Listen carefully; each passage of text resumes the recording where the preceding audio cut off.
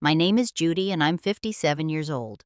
For most of my life, I believed that family meant everything.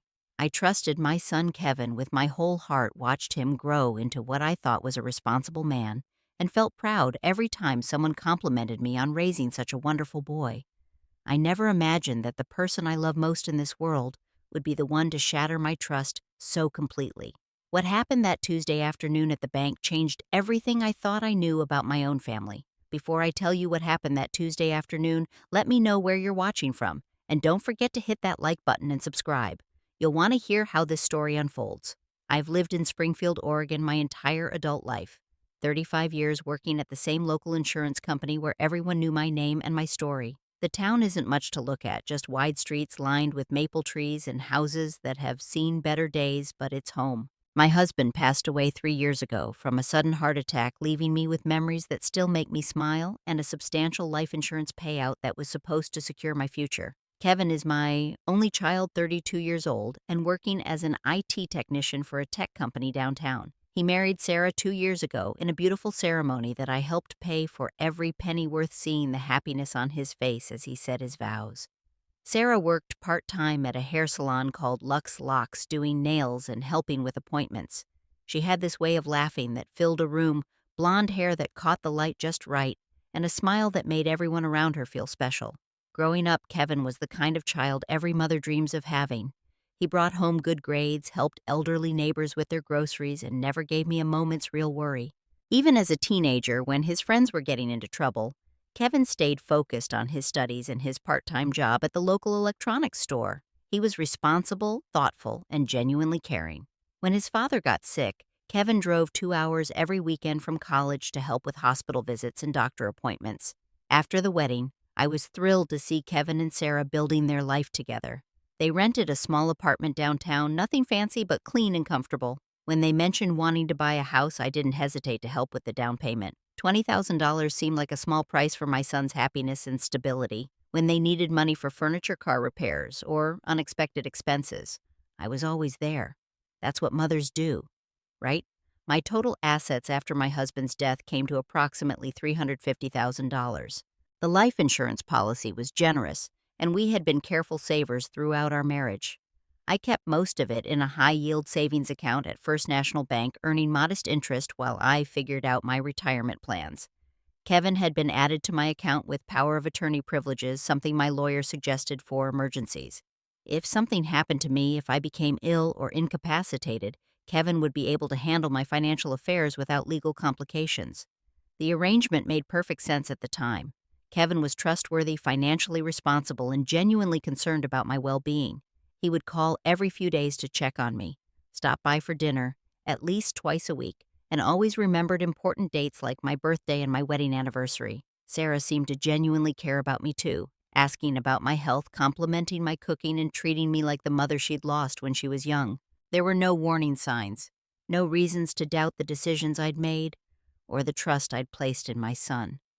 Our relationship felt solid, built on decades of mutual respect and genuine affection. I looked forward to growing old gracefully, maybe traveling a bit, certainly spoiling future grandchildren, and knowing that Kevin would always be there if I needed him. The changes started about 6 months ago, subtle enough that I initially dismissed them as natural parts of Kevin growing into his role as a married man. His visits became less frequent, dropping from twice a week to maybe once every 2 weeks. When I asked about it, he always had reasonable explanations. Work had gotten busier with a new client requiring evening hours. Sarah had picked up extra shifts at the salon and needed his help with household responsibilities. They were trying to save money and cut back on gas expenses. I understood completely, or at least I told myself I did. Young married couples need time to build their own traditions and routines. I remembered how overwhelming those early years of marriage could be, trying to balance family obligations with the excitement of creating something new together. I didn't want to be the kind of mother-in-law who demanded constant attention or made my son feel guilty for living his own life. But I couldn't help noticing other changes that seemed harder to explain. Kevin started dressing differently, wearing expensive-looking button-down shirts and slacks that definitely weren't from the discount stores where he usually shopped. When I complimented him on a particularly nice navy blue shirt, he laughed and said he'd gotten lucky at a clearance sale. The explanation satisfied me at the time, but looking back, I realize how often he deflected my questions with vague answers. Sarah's appearance changed too. She'd always been stylish, but suddenly she was carrying designer handbags and wearing jewelry that looked far more expensive than anything I'd seen her with before. The Louis Vuitton purse caught my attention immediately during one of their visits. When I asked about it, she smiled and explained that she'd received a substantial bonus after the salon's busiest month in years. The story made sense, and I felt happy that her hard work was being recognized and rewarded. The most significant change was Kevin's car. He'd been driving a reliable but aging Honda Civic since college, a practical choice that served him well. One day he pulled into my driveway in a brand new BMW X5, gleaming black with leather interior and all the latest technology. The sticker price for a vehicle like that had to be close to $60,000, far more than I thought he could afford on his salary. When I expressed surprise and concern about such a major purchase, Kevin assured me that he'd gotten an incredible deal through a friend in the automotive industry. The monthly payments were manageable, he said, and they'd needed something more reliable for Sarah's longer commute to work. The explanation seemed reasonable, and I didn't want to interfere with their financial decisions. They were adults capable of making their own choices about money and priorities. Still, something felt different about our conversations during this time. Kevin seemed more distant, less interested in sharing details about his daily life or future plans. When I asked about their savings goals or retirement planning subjects we'd always discussed openly, he would change the topic or give frustratingly brief responses. Sarah, who had once been warm and chatty during visits, became somewhat cooler, polite, but not particularly engaging. The phone calls became shorter too, where Kevin used to chat for 20 or 30 minutes, catching me up on work gossip and funny stories about his day. Our conversations began lasting only 5 or 10 minutes. He always seemed to be rushing somewhere or dealing with some pressing obligation. I found myself feeling increasingly disconnected from my son's life, wondering if I had somehow done something to create distance between us. I kept telling myself that this was normal, that all families go through periods of adjustment and change. Kevin was building his own family now, focusing on his career and his marriage. It was natural for him to need less emotional support from his mother. I should be proud that I'd raised such an independent, capable man. But deep in my heart, I felt something shifting, some fundamental change in our relationship that I couldn't quite identify or understand. Tuesday afternoon started like any other day. I'd finished my morning routine of coffee and newspaper, tidied up the house, and decided to head to the bank to deposit my pension check. Normally, I would have used the drive-through ATM, a quick and convenient option that saved me from having to find parking and wait in line. But the machine was out of order that day, displaying an apologetic message about technical difficulties and directing customers to come inside for assistance. First National Bank sits on the corner of Main and 3rd Street, a solid brick building that's been serving our community for over 40 years. The interior hasn't changed much in all that time, with polished marble floors, dark wood paneling, and the kind of formal atmosphere that makes you automatically lower your voice when you enter. I pulled open the heavy glass door and joined the line of customers waiting for the next available teller. That's when I heard the laughter. Kevin's laugh has always been distinctive, deeper than you'd expect from his slight frame, with a particular rhythm that I could recognize anywhere. I turned toward the sound and spotted him across the lobby at the VIP customer service desk, the area reserved for more complex transactions and private banking services. He was dressed in one of those expensive shirts I'd noticed, looking confident and comfortable in the upscale environment. Sarah sat beside him wearing a cream-colored blazer I'd never seen before, and those same diamond earrings she'd been sporting lately. She was laughing at something Kevin had just said, her hand resting casually on his arm in a gesture that spoke of shared excitement about something. They looked like successful young professionals handling important financial business, exactly the kind of couple the bank would want to cultivate as long-term customers. My first instinct was to walk over and say hello, maybe tease Kevin about conducting serious banking business in the middle of a weekday. But something held me back, some intuitive sense that I might be interrupting something private. Instead, I stepped slightly behind one of the large decorative columns that supported the lobby's high ceiling, positioning myself where I could observe without being noticed. The customer service representative was a young woman I didn't recognize, probably new since I rarely used the full service options myself. She was consulting her computer screen while Kevin and Sarah waited, their body language suggesting confidence rather than anxiety about whatever transaction they were conducting. I watched as Kevin leaned forward and spoke in a voice just loud enough for me to catch fragments of his words. "We need to transfer 50,000 to our joint account," I heard him say clearly. The amount made my stomach clench with sudden anxiety. $50,000 was a substantial sum, far more than Kevin should have access to through normal banking channels. I pressed closer to the column, straining to hear more of the conversation while trying to remain hidden from their view. Sarah's voice carried clearly in the quiet bank lobby. "Finally, we can book that cruise to Europe," she said with obvious excitement. "I've been researching the Mediterranean packages, and the suites look absolutely incredible." Her tone was casual, as if they were discussing a routine purchase rather than a major financial decision. Kevin's next words hit me like a physical blow. "Mom will never know," he said with casual confidence. "The account statement goes to our address anyway." The matter-of-fact way he spoke, the complete absence of guilt or concern in his voice made my knees feel weak. I gripped the marble column for support, trying to process what I was witnessing. The bank representative asked about authorization documentation, a routine question for large transfers. Kevin reached into his briefcase and pulled out a folder of papers that I recognized immediately. Those were the power of attorney documents I'd signed 2 years ago, the emergency provisions that were supposed to protect me if I became unable to manage my own affairs. Seeing them used this way for purposes I'd never authorized or even imagined felt like watching my own son commit a crime right in front of my eyes. I couldn't breathe properly. The lobby felt smaller suddenly, the air thick and stifling. My heart was racing so fast I worried other customers might hear it beating. I watched in horrified silence as the bank representative processed the transaction, Kevin and Sarah smiling and chatting as if they were withdrawing their own money for their own legitimate purposes. The transfer completed, they shook hands with the bank representative and gathered their papers. Sarah stood up first, smoothing her blazer and checking her reflection in the black screen of her phone. Kevin followed, tucking the folder back into his briefcase with the casual efficiency of someone who'd done this before. They walked toward the lobby exit, still talking quietly about vacation plans and restaurant reservations. I remained frozen behind the column until they disappeared through the glass doors and into the parking lot. Only then did I realize I was shaking uncontrollably, my hands trembling so badly I couldn't hold my deposit slip steady. The teller called "next customer" twice before I realized she was speaking to me. I stumbled forward on unsteady legs, somehow managed to complete my own simple transaction, and walked back to my car in a daze. I drove home in complete shock, my mind struggling to process what I'd witnessed.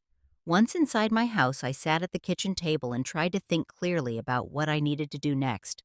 The first step was getting concrete information about my accounts, understanding exactly what had been happening with my money while I'd been trusting Kevin to handle emergency situations that apparently didn't exist. Calling the bank felt like admitting that my own son had been lying to me, but I knew I couldn't move forward without facts.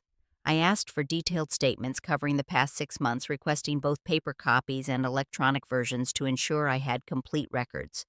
The customer service representative was helpful but professional, asking security questions and explaining that the statements would be available for pickup the following morning. That night was the longest of my life. I lay in bed staring at the ceiling, replaying every recent interaction with Kevin and Sarah, looking for clues I should have noticed.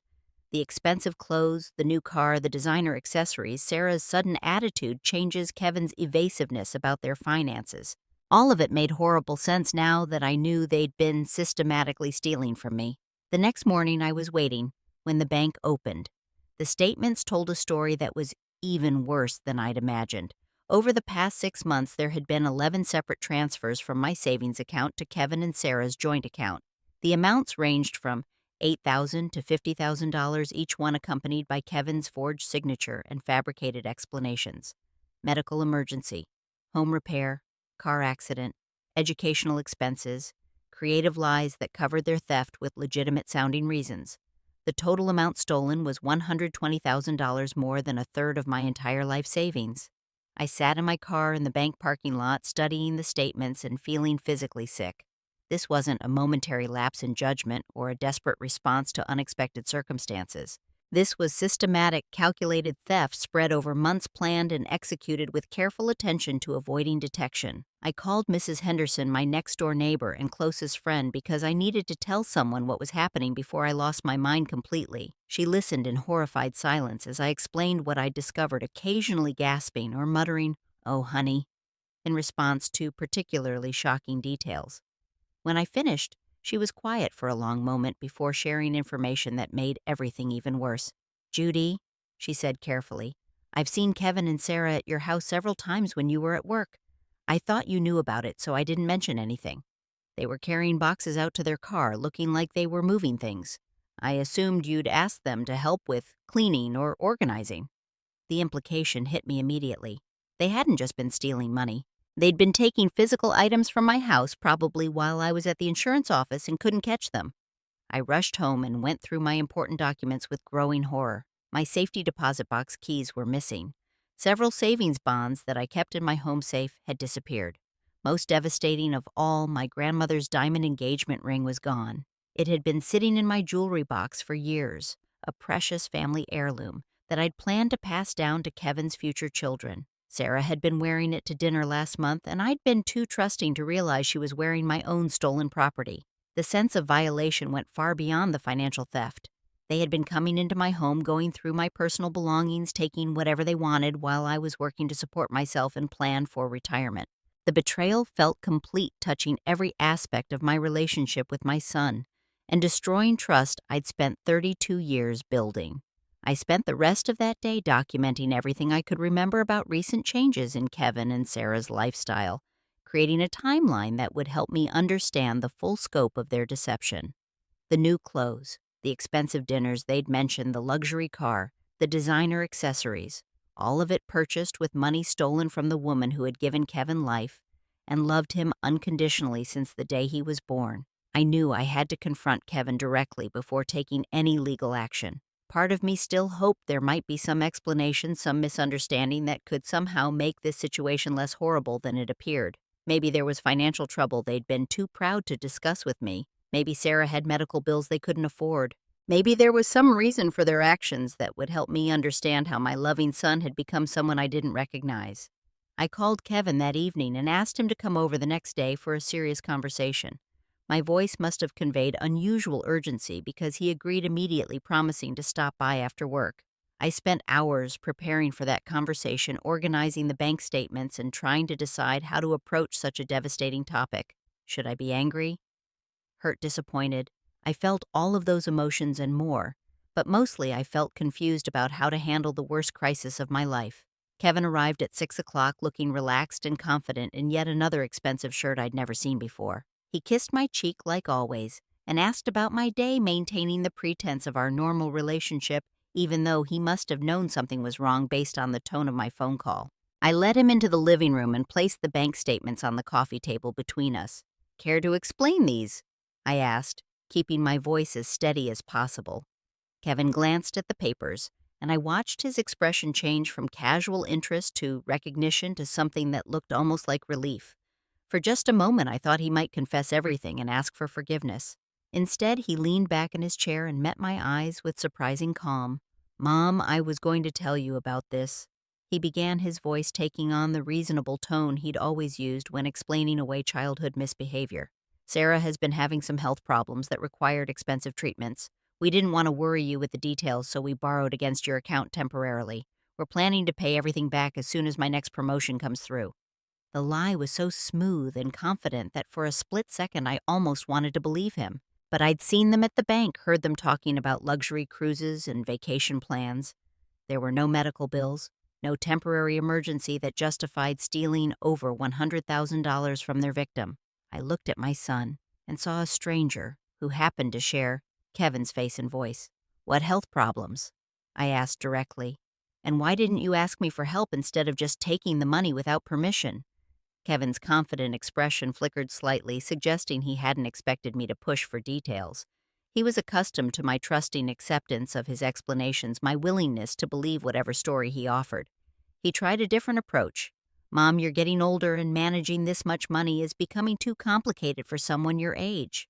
Sarah and I discussed it, and we think it's better if we handle your finances from now on.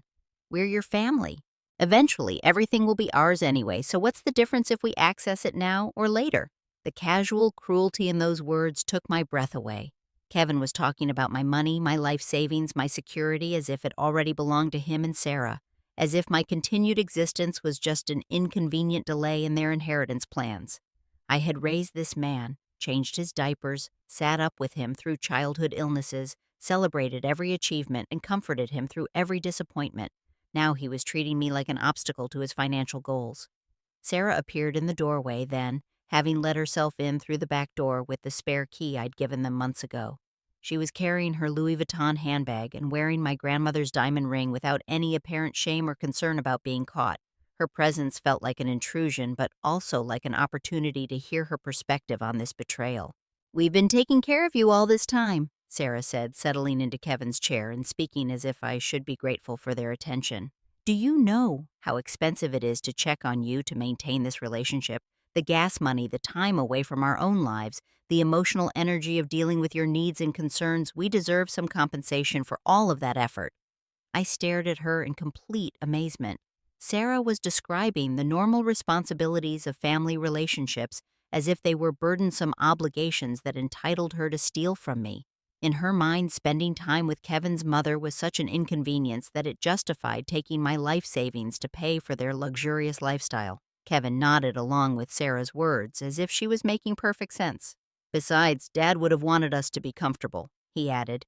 "He worked hard his whole life to provide for this family, and that includes making sure we have what we need to succeed. Taking care of you is expensive, and we shouldn't have to sacrifice our own future to support yours." The reference to my deceased husband felt like the final insult. Kevin was using his father's memory to justify stealing from his father's widow, claiming that a man who'd spent his life working to secure our future would somehow approve of his son's criminal behavior. I felt anger rising in me. For the first time since this nightmare began, pure rage at the complete absence of shame or remorse in either of their attitudes. "I want the money back," I said clearly. "All of it, plus whatever you took from my house. This ends now."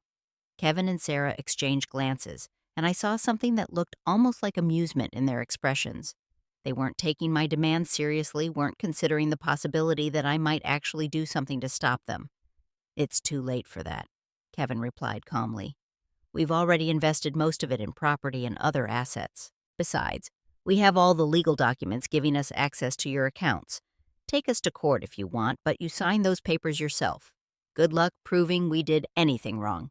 They stood up together, gathered their things, and walked toward the door with the casual confidence of people who believed they'd won. Sarah paused in the doorway and turned back to me with what might have been pity in her expression. "You really should consider moving into a senior community," she said. "This house is too big for someone your age, and you're obviously not capable of managing your own affairs anymore. Kevin and I would be happy to help you find a nice place where you'll be properly supervised." They left me sitting alone in my living room, surrounded by evidence of their theft and struggling to understand how my son had become someone capable of such calculated cruelty. The Kevin I'd raised would never have spoken to me that way, would never have stolen from anyone, certainly would never have targeted his own mother for financial abuse. But that Kevin was apparently gone, replaced by this stranger who felt entitled to everything I owned and justified in taking it without permission or remorse. I spent that night in a state of devastated shock, but by morning something had changed inside me. The hurt and confusion were still there, but they were joined by a cold determination to fight back against what Kevin and Sarah had done to me. I wasn't going to let them destroy my financial security and walk away with smug satisfaction. If they wanted a legal battle, I would give them one they'd never forget. My first call was to David Patterson, an attorney who'd handled my husband's estate and had a reputation for aggressive representation in elder abuse cases. David listened to my story with growing anger, occasionally interrupting to ask for clarification or request additional details. When I finished explaining the situation, he was quiet for a moment before delivering his assessment. "Judy, this is textbook financial elder abuse," he said firmly. "Kevin has clearly exceeded the scope of his power of attorney authorization and committed multiple felonies in the process. The fact that they're not even trying to hide their actions suggests they believe you won't fight back. We're going to prove them very wrong about that assumption." David explained that we had an excellent case for both criminal charges and civil recovery. The bank records provided clear evidence of unauthorized transfers, and Kevin's own admissions during our confrontation could be used against him in court. More importantly, any assets purchased with stolen funds could be seized and sold to compensate me for my losses with additional penalties for pain and suffering. While David began preparing the legal paperwork, I decided to gather additional evidence that would strengthen our case. I hired Margaret Collins, a private investigator who specialized in financial crimes, to document Kevin and Sarah's recent lifestyle changes and identify assets purchased with my stolen money. Margaret was a sharp-eyed woman in her 40s who immediately understood the emotional complexity of investigating my own family members. Margaret's findings exceeded even my worst expectations. Kevin and Sarah had purchased a beachfront condominium in Cannon Beach worth $400,000, paying cash for the entire property just 6 weeks after their largest theft from my account. They'd bought new furniture, expensive artwork, and luxury appliances for their primary residence. Sarah had opened accounts at high-end boutiques and jewelry stores, accumulating thousands of dollars in designer clothing and accessories. The documentation was overwhelming and irrefutable. Every major purchase aligned perfectly with money stolen from my savings account, creating a clear trail of evidence that connected their theft to their extravagant spending. Margaret even obtained photographs of them at expensive restaurants and luxury resorts, living like wealthy young professionals on money that belonged to their victim. I also contacted the Internal Revenue Service to report Kevin and Sarah's failure to declare the stolen funds as income. Large cash transactions require tax reporting, and their purchase of the beach property should have triggered automatic scrutiny from federal authorities. Adding tax evasion charges to their existing problems would increase the pressure on them to cooperate with restitution efforts. Working with David and the bank, I managed to freeze Kevin's access to my accounts and revoke all power of attorney privileges. The next time he tried to conduct any transactions using my information, he would discover that his access had been completely eliminated. I also changed all of my password security questions and authorized contacts, ensuring that Kevin and Sarah could no longer monitor my financial activities or intercept my communications. The civil lawsuit was filed on a Thursday morning, formally accusing Kevin and Sarah of elder abuse, breach of fiduciary duty conversion, and intentional infliction of emotional distress. The complaint demanded full restitution plus punitive damages, attorney fees, and court costs. David had crafted the document to send a clear message that we were pursuing maximum penalties under both state and federal law. Kevin called me that afternoon, his voice shaking with rage when he realized his bank access had been cut off. "What the hell do you think you're doing?" he shouted into the phone. "You can't just cut us off from the accounts. We have legal rights to that money." "You made your choice," I replied calmly. "Now face the consequences of stealing from your own mother." I hung up before he could respond, feeling stronger than I had since this nightmare began. For the first time in months, I was the one taking action instead of reacting to their manipulation and abuse. The criminal charges were filed 2 weeks later, after the district attorney's office reviewed the evidence and concluded that prosecution was warranted. Kevin and Sarah were arrested at their primary residence on a Tuesday morning, handcuffed and taken into custody while their neighbors watched from their front yards. The local newspaper covered the story, describing the case as a shocking example of family financial abuse and elder exploitation. The legal proceedings took almost 8 months to resolve completely, but the outcome exceeded my most optimistic hopes. The civil court ruled decisively in my favor, ordering Kevin and Sarah to return every dollar they'd stolen, plus interest, attorney fees, and punitive damages totaling $50,000. The beach house was seized and sold at auction, with the proceeds going directly towards satisfying their debt to me.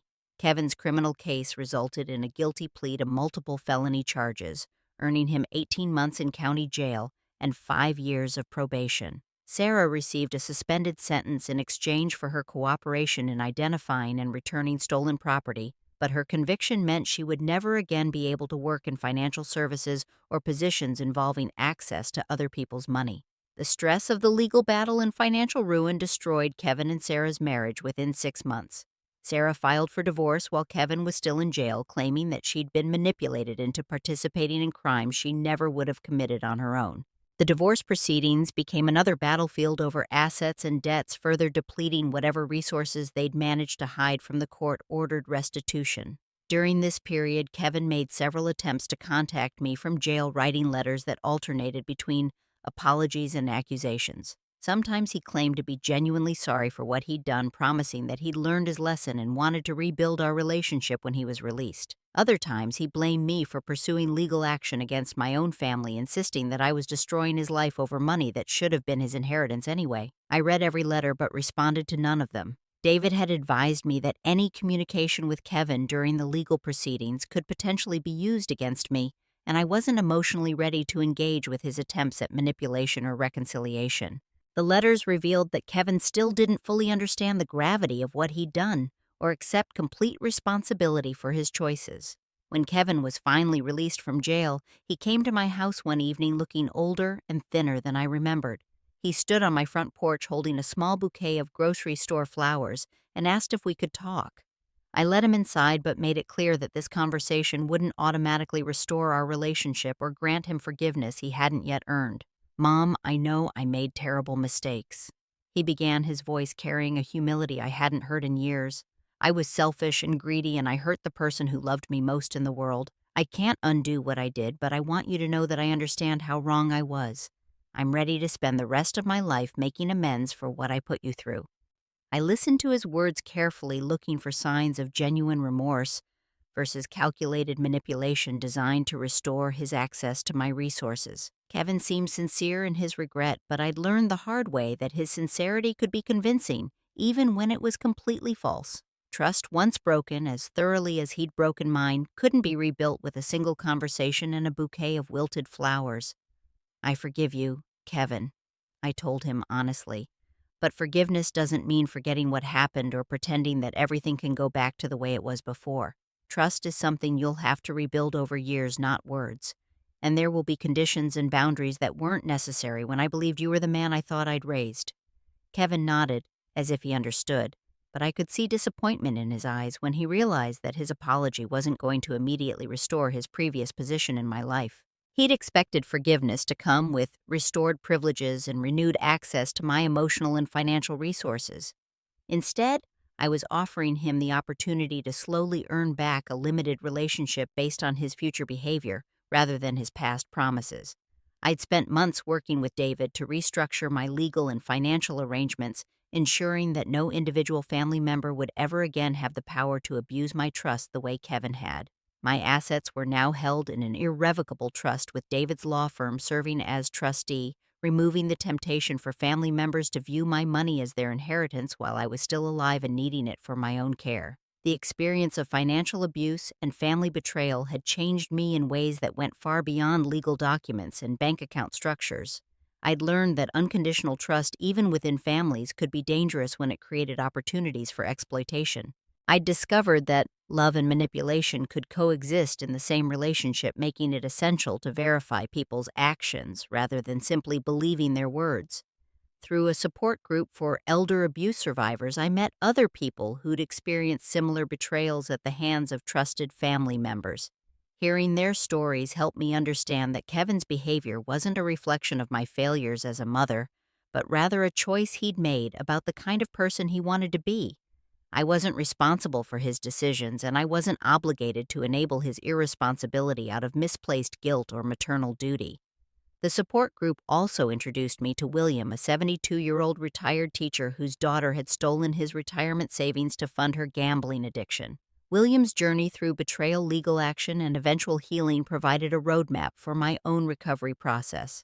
Our shared understanding of family financial abuse created a foundation for friendship that gradually developed into something deeper and more meaningful. 6 months after Kevin's release from jail, William and I moved in together, combining our resources and creating a household based on mutual respect, transparent communication, and careful attention to appropriate boundaries.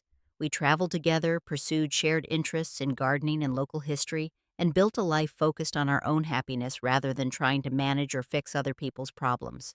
Kevin made periodic attempts to rebuild our relationship, sending birthday cards, calling on holidays, and occasionally stopping by for brief visits. I maintained polite but limited contact, allowing him opportunities to demonstrate genuine change while protecting myself from further manipulation or abuse. The warm, trusting relationship we'd once shared was gone forever. replaced by something more cautious, but potentially more realistic. The legal victory and financial recovery were important, but the personal growth and emotional healing proved even more valuable in the long run. I discovered strength I didn't know I possessed, learned to set boundaries I'd never needed before, and found love again when I thought my capacity for trust had been permanently damaged. The woman who emerged from this crisis was different from the trusting, somewhat naive person Kevin had initially targeted for exploitation. Sometimes I wondered what might have happened if I'd never walked into that bank on that Tuesday afternoon, if I'd continued using the ATM and never witnessed Kevin and Sarah's casual theft. They might have continued stealing until my savings were completely depleted, leaving me destitute in my old age, while they enjoyed luxury purchased with my life's work. The accidental discovery that felt so devastating at the time had actually saved my financial future, and possibly my life. The hardest lesson was learning that family relationships, like all relationships, require ongoing evaluation and appropriate boundaries rather than blind trust and unlimited access. Kevin had taught me that blood relationships don't automatically create character or guarantee good intentions. People earn trust through consistent behavior over time, and they can lose that trust just as definitively through choices that demonstrate different priorities and values. Looking back on the experience now, I feel grateful for the strength I found to fight back against Kevin's abuse, proud of the new life I built after recovering from his betrayal, and hopeful about the future I'm creating with people who've proven themselves worthy of my trust. The pain of losing my son was real and lasting, but it was balanced by the joy of finding my own voice and learning to protect myself from those who would take advantage of my love and generosity. Sometimes the people closest to us can hurt us the most, but that doesn't mean we should stop trusting entirely. It means we should trust wisely with clear boundaries and realistic expectations based on people's demonstrated behavior, rather than our hopes about who they might become. Family doesn't give anyone the right to take advantage of your love and generosity, and protecting yourself from abuse isn't betraying your family. It's honoring your own worth and preserving your ability to love authentically rather than out of fear or obligation. I'm curious. Have you ever had to set difficult boundaries with family members? How did you find the strength to protect yourself while still keeping your heart open? Share your thoughts in the comments below. And if this story resonated with you, please give it a like and subscribe for more real-life experiences. Don't forget to share this with someone who might need to hear that they're not alone in dealing with family financial abuse. Thank you for listening to my story, and remember that your security and well-being matter just as much as anyone else's, regardless of family relationships. Stay strong and trust your instincts.